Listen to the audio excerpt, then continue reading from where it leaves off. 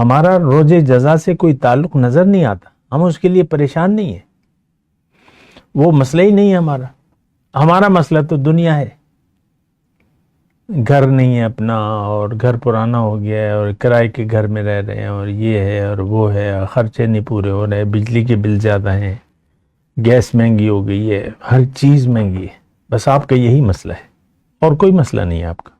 اللہم صلی علی سیدنا محمد وعلی آل سیدنا محمد بعدد کل ذرۃ مئۃ الف الف مرۃ۔ سامعین و ناظرین کرام، السلام علیکم ورحمۃ اللہ وبرکاتہ۔ آج کا ہمارا موضوع اسلام کیا اور کیوں۔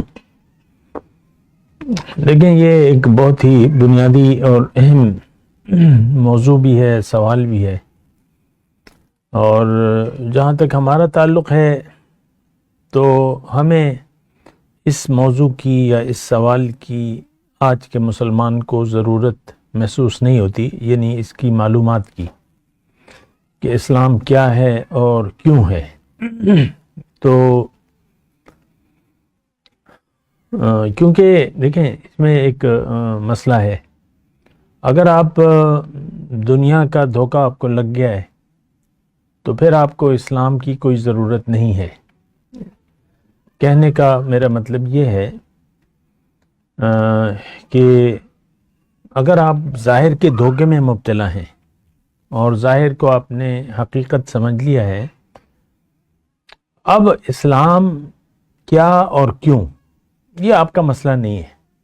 آپ کا مسئلہ ایک ہے اور وہ دنیا ہے، ظاہر ہے، دولت، عزت، شہرت، زن، زر، زمین، جو بھی آپ کہہ لیں، آپ کے سامنے ایک ہی مقصود ہے، ایک ہی محبوب ہے اور ایک ہی مطلوب ہے، اور وہ دنیا ہے، ظاہر ہے۔ اور دیکھیں، یہ بات میں اس لیے بھی کہہ رہا ہوں کہ آپ اپنی ذہن میں جو کچھ آپ کی کھچڑی پک رہی ہے وہ دنیا کی ہے۔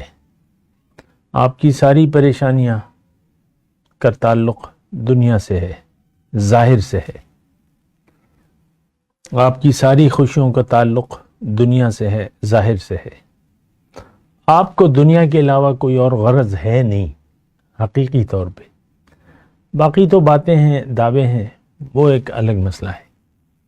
جو بھی آپ دعویٰ کرتے ہیں یا باتیں کرتے ہیں وہ ایک الگ مسئلہ ہے، لیکن حقیقت میں ہمارا اسلام سے، دین اسلام سے کوئی تعلق نہ ہے، نہ رکھنا چاہتے ہیں۔ تو یہ ہر اس شخص کا مسئلہ ہے جو دنیا کے دھوکے میں مبتلا ہے۔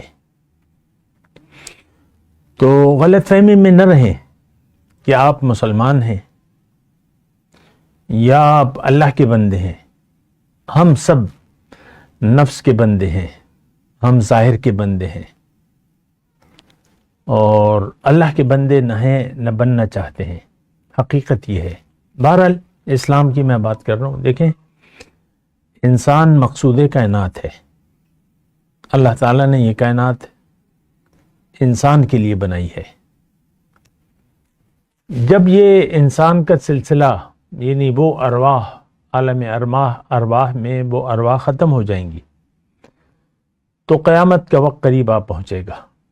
اب نتیجے کا دن ہوگا، یوم جزا، یوم الدین، جو کہ قرآن میں ہے، اس کا مالک یوم الدین، اور سورہ انفطار میں ہے کلا بل تکذبون بالدین، ارأیت الذی یکذب بالدین، سورہ معون کی پہلی آیت ہے۔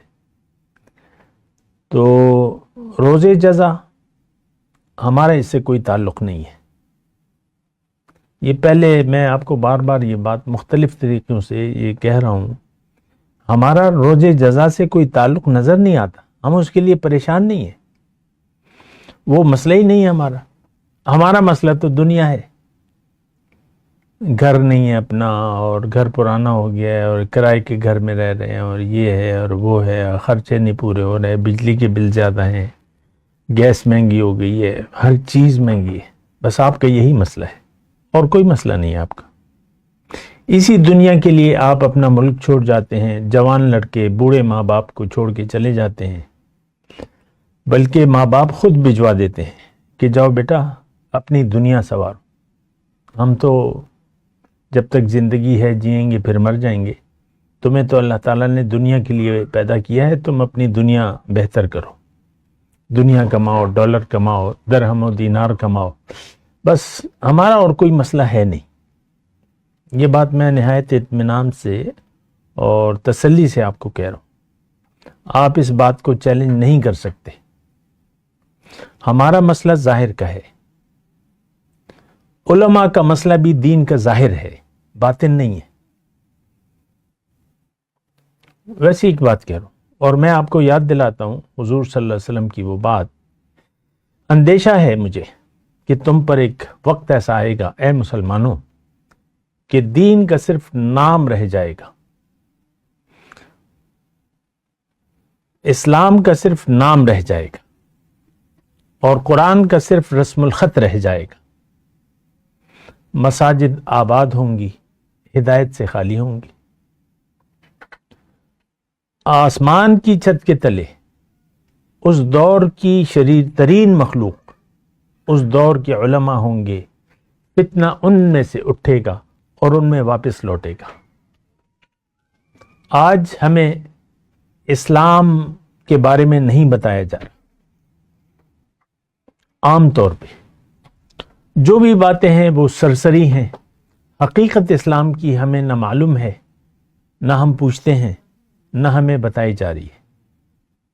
آج کا مسلمان دنیا دار ہے، اس کا جینا مرنا دنیا کے لیے ہے، اور اس کا کوئی مقصد ہے نہیں۔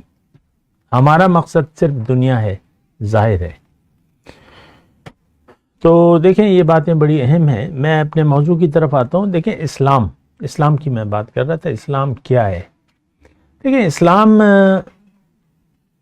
ایک قانون کا نام ہے، طرز زندگی کہہ لیں آپ،